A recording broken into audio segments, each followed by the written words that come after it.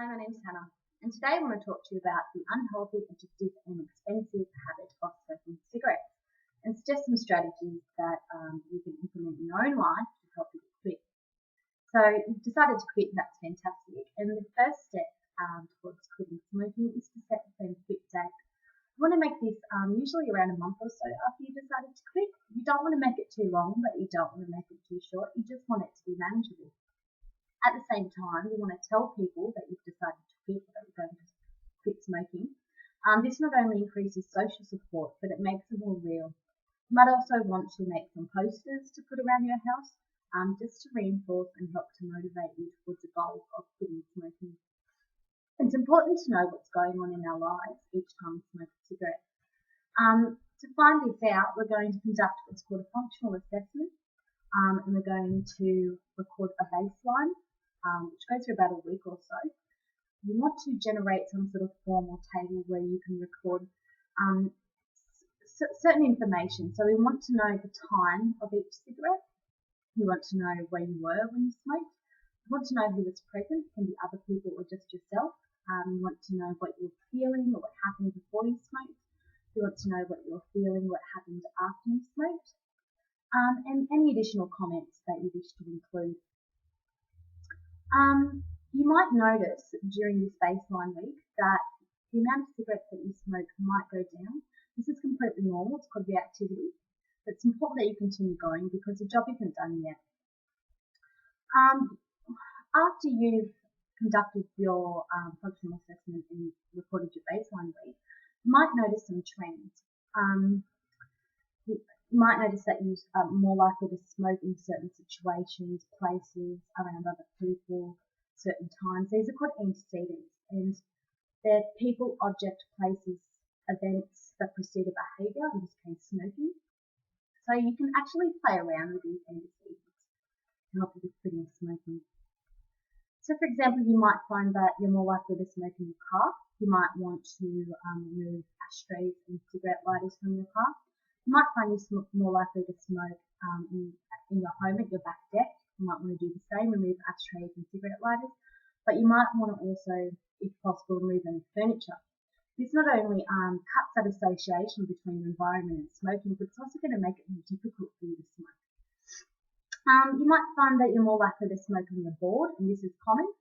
So what you need to do is develop and have a look at other alternative behaviours that you can do instead of smoking. So this might be exercise, go for a walk, you might use a stress ball, you might take up knitting, or you might have a healthy snack. What's important though is that you use alternative behaviours that are going to be healthy. You don't want to replace an unhealthy behaviour with another unhealthy behaviour. You might notice that you are more likely to smoke in certain social situations, within certain social groups or other people are present.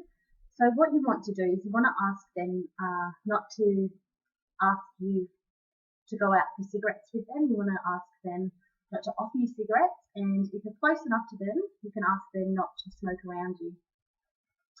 The next step, now that we know how many cigarettes we're smoking on average by the baseline form, we want to gradually reduce that number, hopefully to zero. So what we're going to implement is called differential reinforcement of low rates responding, or DRL. So for example, your baseline form might indicate that you average 20 cigarettes a day. You're going to want to knock it down a couple, maybe first day to 18, and you're going to reinforce that quota. And then you're going to gradually reduce it, say 17 reinforcement, 16 reinforcement, so on and so forth. It's important to have social support while you're trying to quit smoking, so include your friends and family, even get them to deliver reinforcement for you. You can negotiate on certain types of reinforcement or even make deals.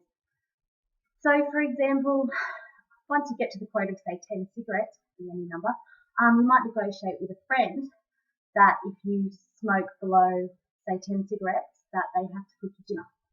But if you smoke above that quota, you would have to cook them dinner. Deals like this are helpful in maintaining goals, but it's important at the same time not to use punishment. Now you're going to want to have a really good think about what's going to be a powerful reinforcer for you. It's different for each person, but you want to make sure that it's powerful enough to help you maintain your goals, and also you want to try and make it more powerful than smoking itself. Now, unfortunately, you're going to come across cravings while you're trying to quit smoking. So do something that, again, works for you. You might exercise,